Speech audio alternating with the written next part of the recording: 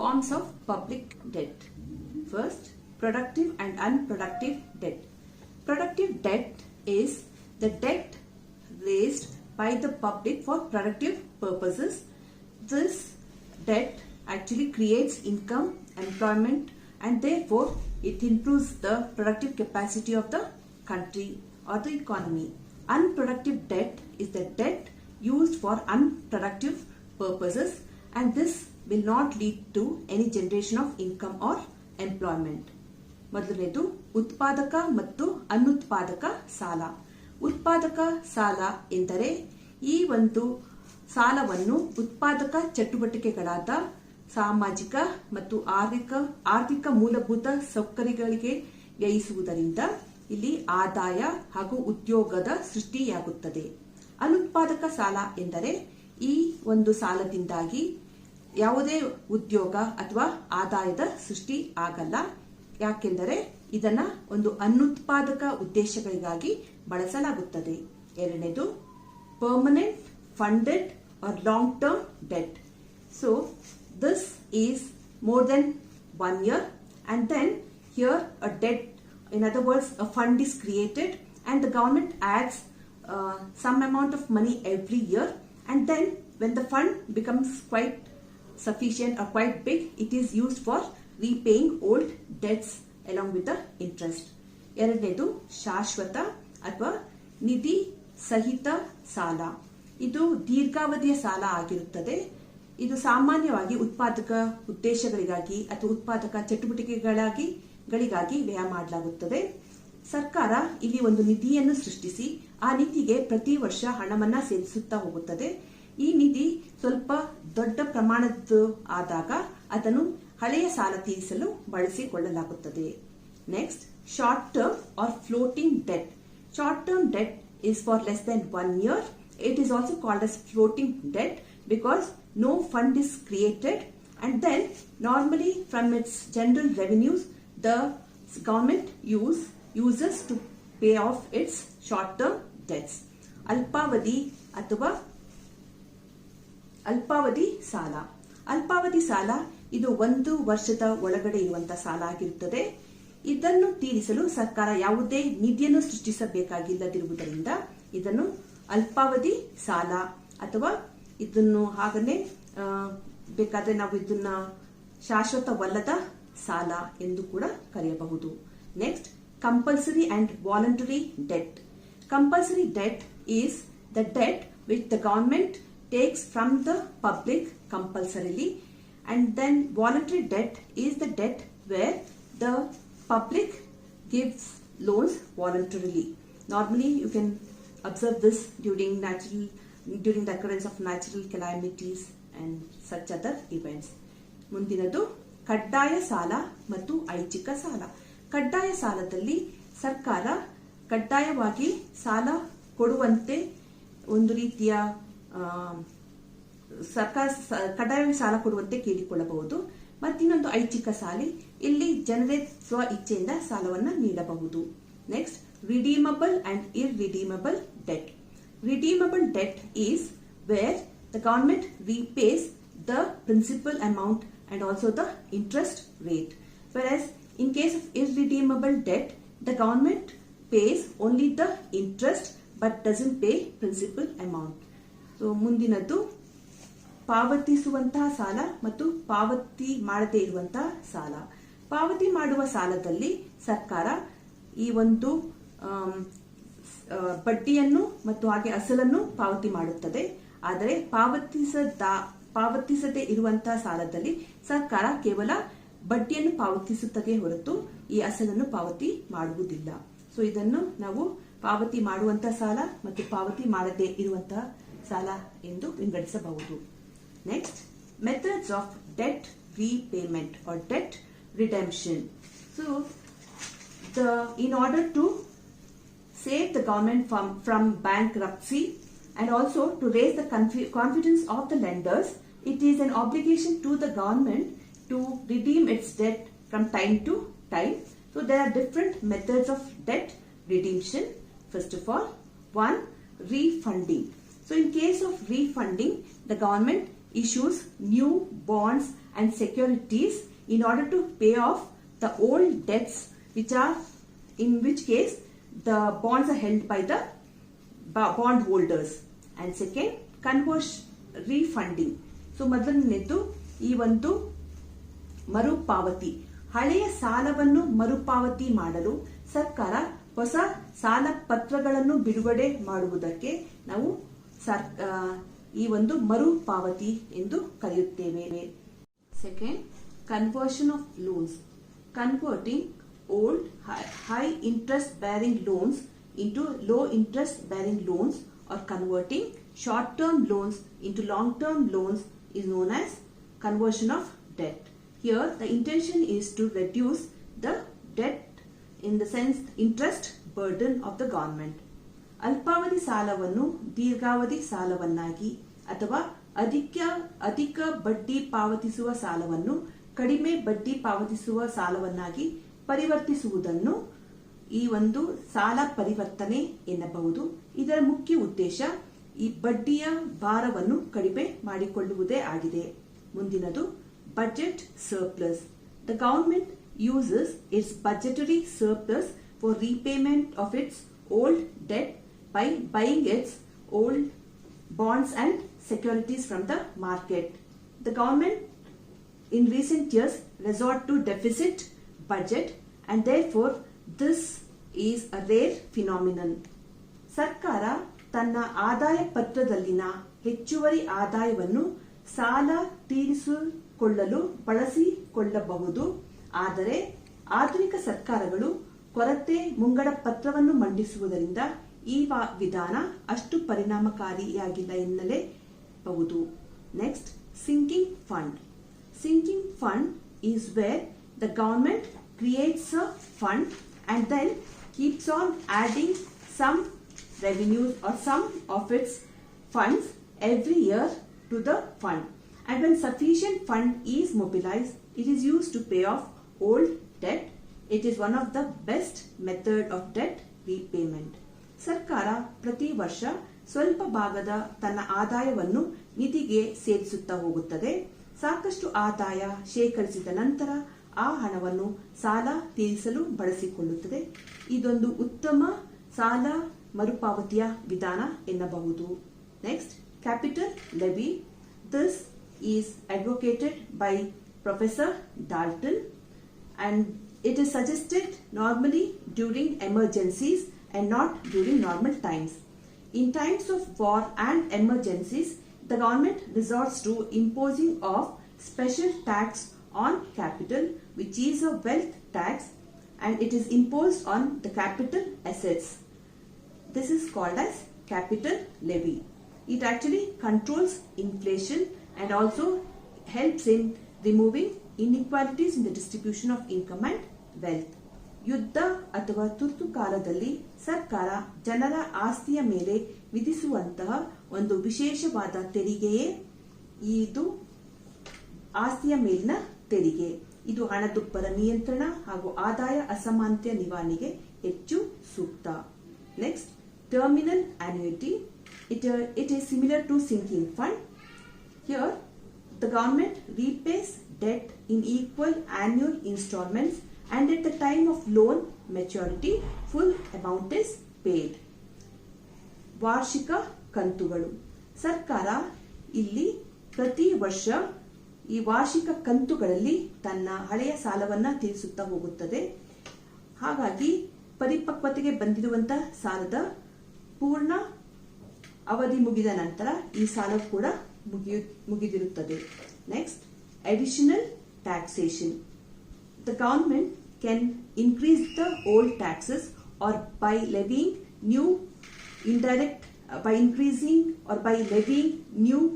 direct taxes and indirect taxes, it can use the proceeds to pay off the old debts. ಹೆಚ್ಚುವರಿ ಪ್ರತ್ಯಕ್ಷ ಹಾಗೂ ಪರೋಕ್ಷ ತೆರಿಗೆಯನ್ನು ವಿಧಿಸಿ ಆ ಮೂಲಕ ಬಂದ ಆದಾಯವನ್ನು ಸರ್ಕಾರ ತನ್ನ ಹಳೆಯ ಸಾಲವನ್ನು ತೀರಿಸಿಕೊಳ್ಳಲು ಬಳಸಿಕೊಳ್ಳಬಹುದು. Next, repudiation of debt. Here, the government issues or passes an ordinance to reduce the rate of interest payable to the debt during financial crisis. ಇದನ್ನ ನಾವು ಸಾಲ ನಿರಾಕರಣೆ. ಸೊ ಮುಂದಿನದು ಸಾಲ ನಿರಾಕರಣೆ. ಇಲ್ಲಿ ಸರ್ಕಾರ ಬಡ್ಡಿಯ ಪ್ರಮಾಣವನ್ನು ಕಡಿಮೆ ಮಾಡುವಂತೆ ಈ ಒಂದು ಆರ್ಡರ್ನು ಪಾಸ್ ಮಾಡಬಹುದು. ಇದು ಯಾವಾಗ ಸಾಧ್ಯ ಎಂದರೆ ಹಣಕಾಸಿನ ಬಿಕ್ಕಟ್ಟನ್ನು ಸರ್ಕಾರ ಎದುರಿಸುತ್ತಿರುವಾಗ. Next, export surplus. The government has to create favorable balance of payment and they then encourage exports, and also by curbing imports there can be an improvement in the balance of payment, and then the productive use of the loans leads to an increase in exports. The government ರಫ್ತು ಉತ್ತೇಜನ ಹಾಗೂ ಆಮದು ನಿರುತ್ತೇಜನ ಕ್ರಮಗಳನ್ನು ಅನುಸರಿಸುವುದರ ಮೂಲಕ ಸಾಲಗಾರ ರಾಷ್ಟ್ರ ತನ್ನ ಪಾವತಿ ಶಿಲ್ಕಿನ ಕೊರತೆಯನ್ನು ಸರಿಪಡಿಸಿಕೊಳ್ಳಬಹುದು. ಉತ್ಪಾದಕ ಉದ್ದೇಶಗಳಿಗೆ ಸಾಲವನ್ನು ಬಳಸಿಕೊಳ್ಳುವುದರಿಂದ ಈ ಒಂದು ರಾಷ್ಟ್ರದ ಉತ್ಪಾದನಾ ಸಾಮರ್ಥ್ಯ ಹೆಚ್ಚಾಗಿ, ರಫ್ತುಗಳು ಹೆಚ್ಚಾಗಿ, ಆ ಮೂಲಕ ಈ ಒಂದು ಬಾಹ್ಯ ಸಾಲವನ್ನು ತೀರಿಸಿಕೊಳ್ಳಲು ಸಾಧ್ಯವಾಗುತ್ತದೆ. Next, effects of public debt.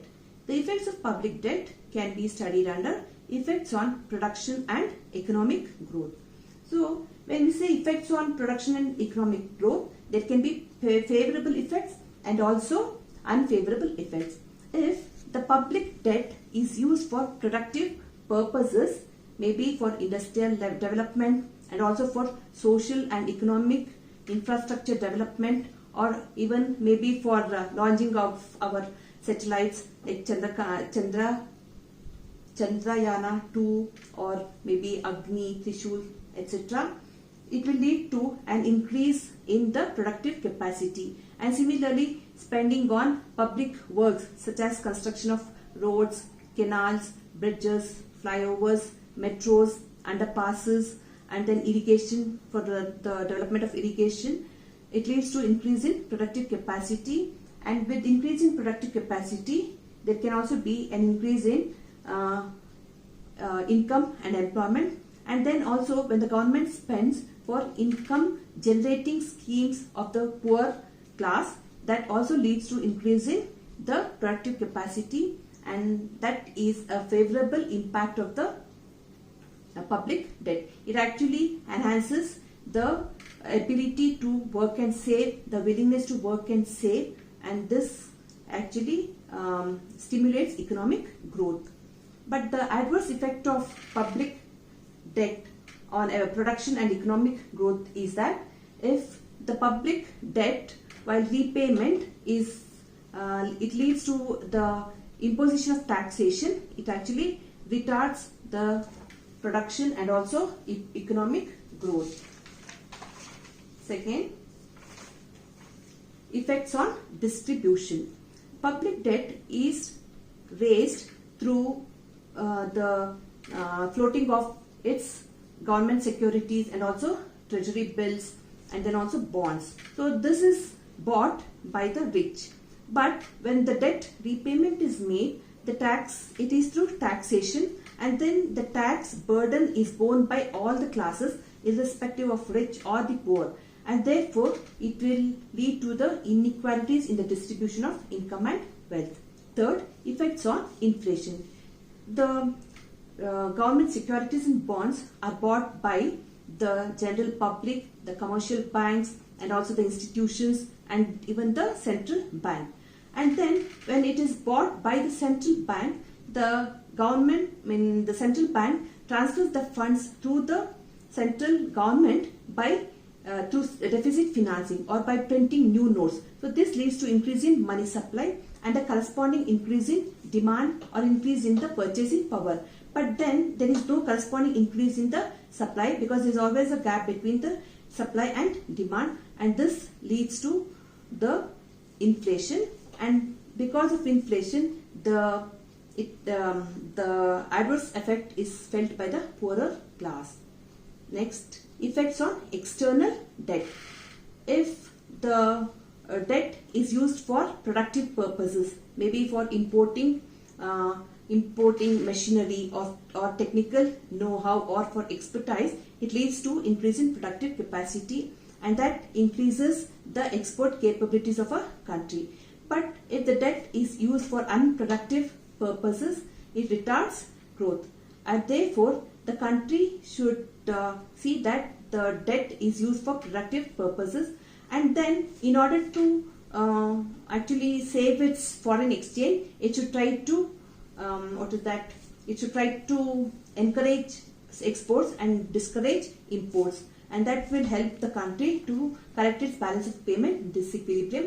And normally in developing economies, primary goods are exported, and therefore it is not able to earn much of export earnings. But then that is possible with developing countries which are oil producing and exporting countries.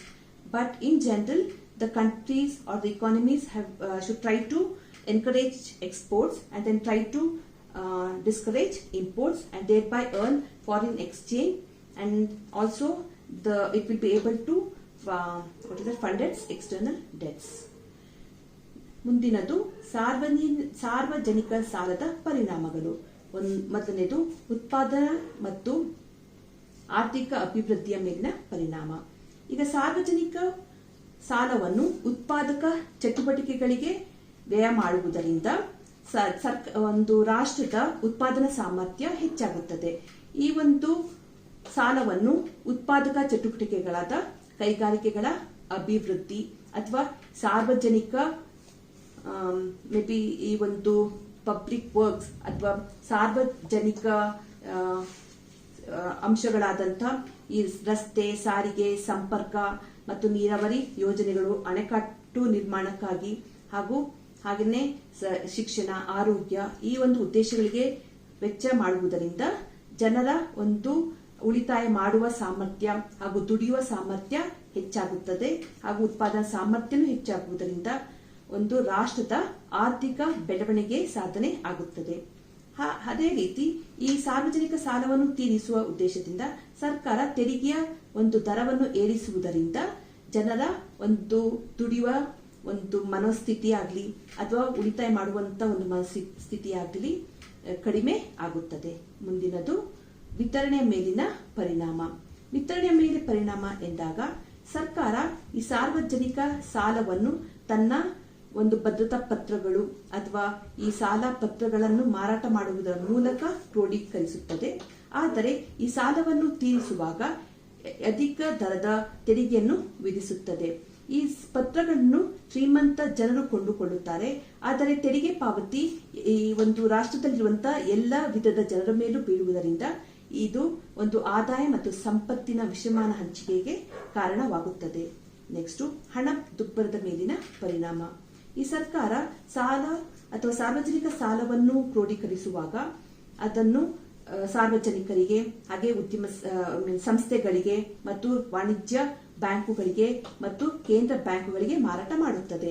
ಕೇಂದ್ರ bank ಈ ಪತ್ರಗಳನ್ನು ಕೊಂಡುಕೊಳ್ಳುವಾಗ ಕೊರತೆ ಧನ ವಿನಿಯೋಗದ ಮೂಲಕ ಹಣವನ್ನು ಸರ್ಕಾರಕ್ಕೆ ಪಾವತಿ ಮಾಡುತ್ತದೆ. ಅಂದರೆ ಹೊಸ ನೋಟುಗಳನ್ನು ಮುದ್ರಿಸಿ ಚಲಾವಣೆಗೆ ತರುವುದರ ಮೂಲಕ ಅದು ಹಣವನ್ನು ಕೇಂದ್ರ ಸರ್ಕಾರಕ್ಕೆ ನೀಡುತ್ತದೆ. ಸೊ ಇದರಿಂದ ಹಣದುಬ್ಬರ ಉಂಟಾಗುತ್ತದೆ. ಹಣದುಬ್ಬರದಿಂದಾಗಿ ಹಣದ ಪೂರೈಕೆ ಹೆಚ್ಚಾಗುತ್ತದೆ ಮತ್ತು ಜನರ ಕೊಂಡುಕೊಳ್ಳುವ ಶಕ್ತಿ ಹೆಚ್ಚಾಗುವುದರಿಂದ ಸರಕುಗಳಿಗೆ ಬೇಡಿಕೆ ಕೂಡ ಹೆಚ್ಚಾಗುತ್ತದೆ. ಆದರೆ ಅದಕ್ಕನುಗುಣವಾಗಿ ಪೂರೈಕೆ ಹೆಚ್ಚಾಗದೇ ಇರುವುದರಿಂದ ಅದು ಒಂದು ರೀತಿಯ ಬಡ ಜನಗಳ ಮೇಲೆ ಹೆಚ್ಚಿನ ಒಂದು ಒತ್ತಡವನ್ನು ತರುತ್ತದೆ ಮತ್ತು ಆದಾಯ ಮತ್ತು ಸಂಪತ್ತಿನ ವಿಷಮಾನ ಹಂಚಿಕೆಗೆ ಇದು ಕೂಡ ಒಂದು ಕಾರಣವಾಗುತ್ತದೆ. ಮುಂದಿನದು ಈ ಒಂದು ಬಾಹ್ಯ ಸಾಲದ ಒಂದು ಪರಿಣಾಮ. ಬಾಹ್ಯ ಸಾಲದ ಪರಿಣಾಮ ಎಂದಾಗ ಇದು ಕೂಡ ಅನುಕೂಲ ಮತ್ತು ಅನಾನುಕೂಲ ಎರಡು ಪರಿಣಾಮವನ್ನು ಕೂಡ ಉಂಟು ಮಾಡಬಹುದು. ಅನುಕೂಲ ಪರಿಣಾಮ ಎಂದರೆ ಈ ಒಂದು ಬಾಹ್ಯ ಸಾಲವನ್ನು ಉತ್ಪಾದಕ ಚಟುವಟಿಕೆಗಳಿಗೆ ವಿನಿಯೋಗಿಸುವುದರಿಂದ ಒಂದು ರಾಷ್ಟ್ರದ ಉತ್ಪಾದನಾ ಸಾಮರ್ಥ್ಯ ಹೆಚ್ಚಾಗುತ್ತದೆ ಹಾಗೂ ಒಂದು ರಾಷ್ಟ್ರದ ರಫ್ತು ಮಾಡುವಂತ ಸಾಮರ್ಥ್ಯ ಕೂಡ ಹೆಚ್ಚಾಗುತ್ತದೆ. ಆದುದರಿಂದ ಬಾಹ್ಯ ಸಾಲವನ್ನು ಮೇ ಬಿ ಯಂತ್ರೋಪಕರಣಗಳನ್ನು ಆಮದು ಮಾಡಿಕೊಳ್ಳಲು ಅಥವಾ ಈ ಒಂದು ತಾಂತ್ರಿಕ ಶಕ್ತಿಯನ್ನು ಆಮದು ಮಾಡಿಕೊಳ್ಳಲು ಇದನ್ನು ಬಳಸಿಕೊಳ್ಳುವುದರಿಂದ ಒಂದು ರಾಷ್ಟ್ರದ ಉತ್ಪಾದನಾ ಸಾಮರ್ಥ್ಯ ಹೆಚ್ಚಾಗಿ ಉತ್ಪಾದನೆ ಹೆಚ್ಚಾಗಿ ಒಂದು ರಾಷ್ಟ್ರದ ರಫ್ತುಗಳು ಕೂಡ ಹೆಚ್ಚಾಗುತ್ತದೆ. ಆದರೆ ಈ ಬಾಹ್ಯ ಸಾಲವನ್ನು ಅನುತ್ಪಾದಕ ಚಟುವಟಿಕೆಗಳಿಗೆ ಬಳಸುವುದರಿಂದ ಈ ಒಂದು ಸಾಲದ ಹೊರೆ ಒಂದು ರಾಷ್ಟ್ರಕ್ಕೆ ಹೆಚ್ಚಾಗುತ್ತದೆ. ಮುಂದಿನದು debt burden and future generation. So we can discuss this under arguments for debt burden and future generation and arguments against debt burden and future generation. So first, coming to arguments in favor of debt burden and future generation, some of the economists believe that when the interest is paid and also the principal amount is paid, funds are merely transferred from some people to other people, so it will not have any adverse effect. And similarly, if the government borrows for expanding its production capacity, it leads to the generation of higher capital, stock and output, and this leads to the future generation benefits from that. So when the government spends the present debt for creating assets, maybe on transport, communication, irrigation, and then maybe on the launching of our satellites, etc., the fruits are enjoyed by the future generation, and that will have a favorable effect on our future generation. But suppose, and some other economists say that the debt burden will have a negative or it will have an unfavorable effect on our future generation, because the debt is borrowed during the present generation, but it is repaid in the future date, and therefore the future generation will have to pay higher rate of tax and additional rate of tax, and this will have a adverse effect on them, and that will actually reduce their efficiency, or it will also reduce their willingness to save and invest, and also the willingness to save and invest. ಈಗ ಮುಂದಿನದು ಸಾಲದ ಭಾರ ಅಥವಾ ಸಾಲದ ಹೊರೆ ಹಾಗೂ ಭವಿಷ್ಯದ ಪೀಳಿಗೆ.